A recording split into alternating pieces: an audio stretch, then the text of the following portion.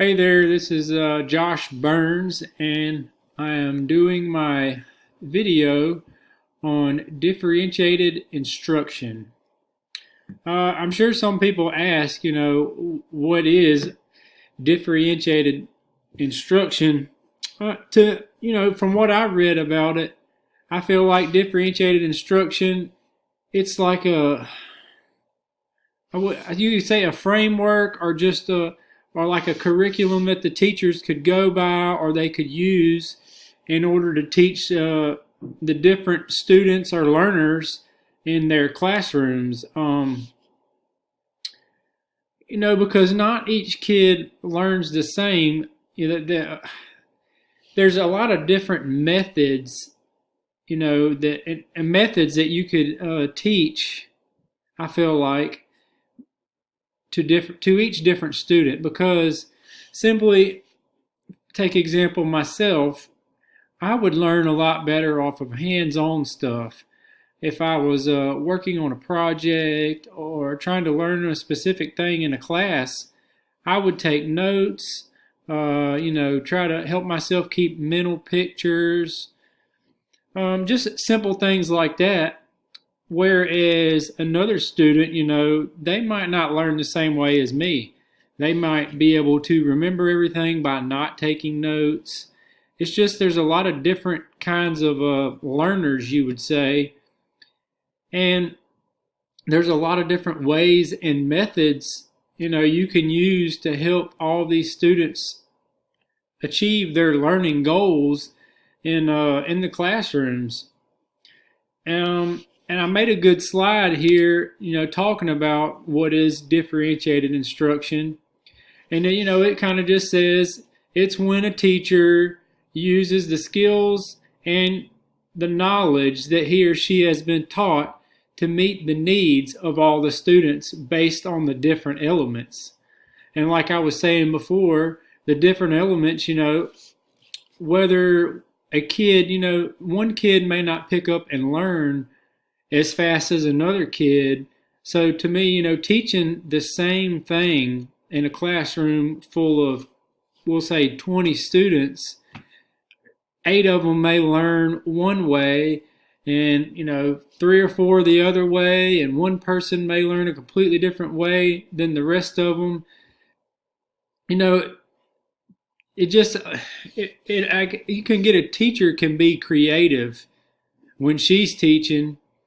And, the more creative she gets, the more, differentiated her instructions can be. Like, for example, I said by adjusting the curriculum and instruction, the teacher is allowing all the students to maximize their learning. You always want all of your students to have equal opportunity. That's just, to me, that is, you don't want to treat any one student different than the other. You have to be fair to everyone. So if someone isn't learning as fast or in the same method as another student, you want to find what it's going to take to meet those needs and to help that student learn. So this type of curriculum, it's individualized to meet the diverse needs of all the students in a class to help one succeed. To be sure that a teacher or a school meets all of the equal opportunity standards, they must teach a differentiated curriculum. There's many different ways, that teachers can teach differentiated instruction. I'd say in like a traditional classroom, most of the lessons, they're taught through like group instruction, or where most of the teachers, their teaching method is the same, to teach the whole class at once. So differentiating the instruction is not one strategy that it's not just one strategy that teachers use, but more of a framework that teachers use to strategically help each student reach their full potential.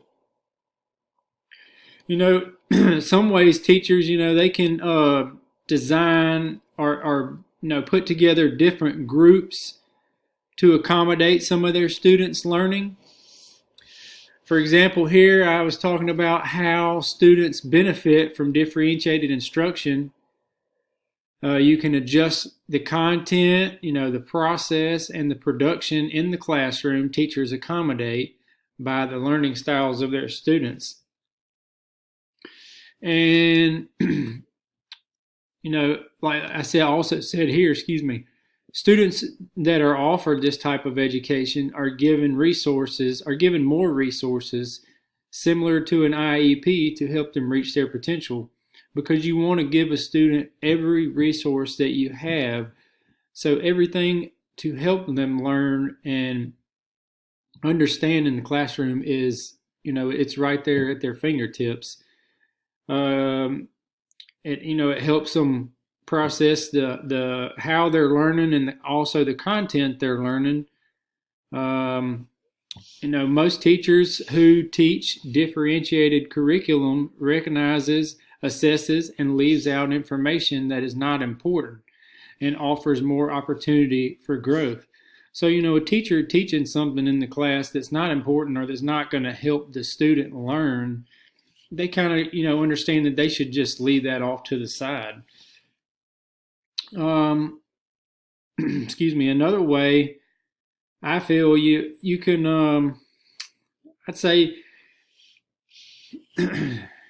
instead of a teacher just teaching, to think of my words here, just one portion of her classroom or his or her classroom, the differentiated instruction, it allows them to make up or create, lessons that would reach all the different students, whether, no matter what skill type you have or how you learn.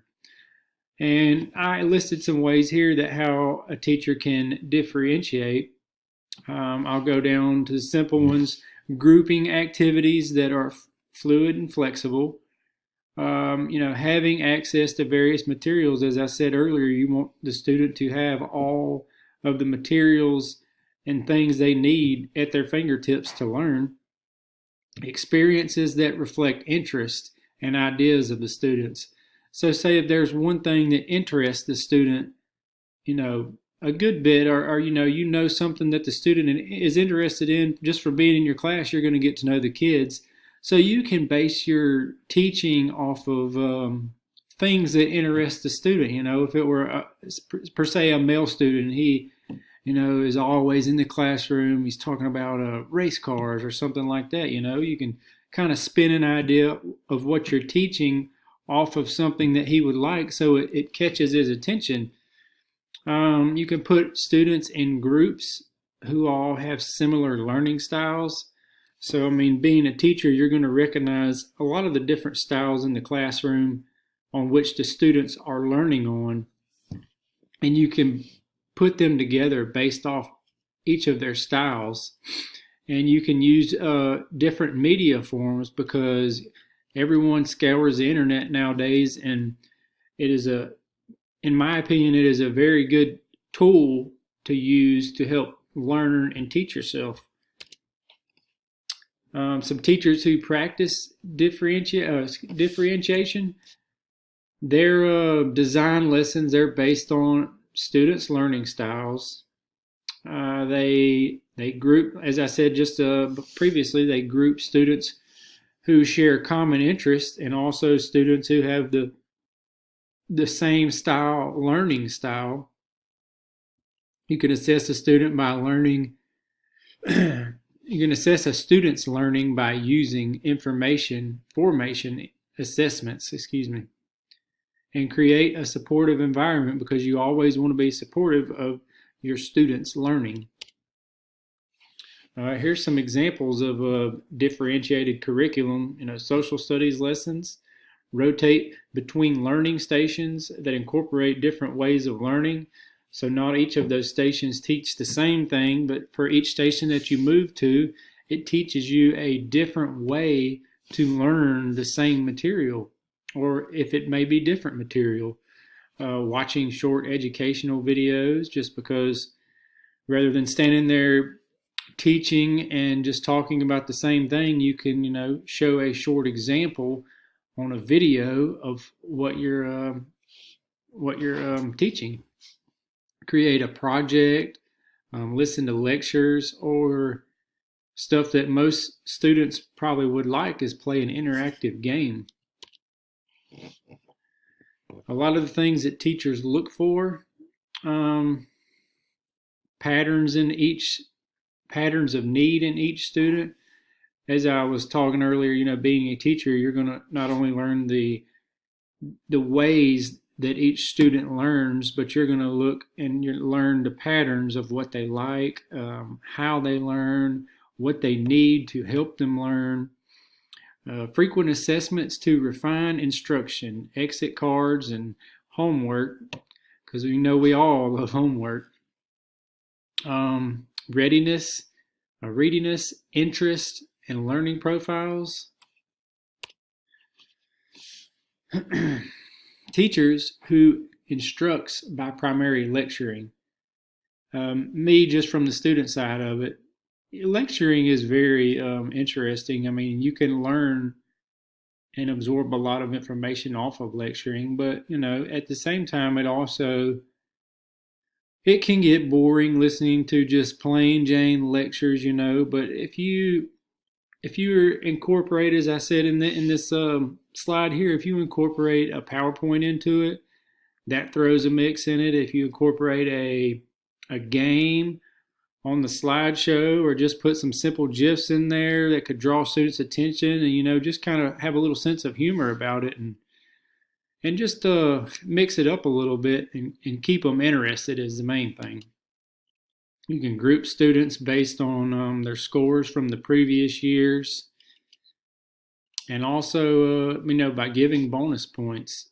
I was always a big fan of bonus points growing up and going through school, because I like to do any little extra thing that's going to help my grade and, make it the best it can be.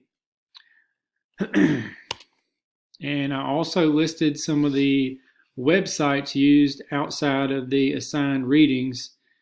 And, I found it very interesting learning and reading all about this differentiated instruction. And I think it would be a very, very helpful and useful thing in the classroom. Thank you.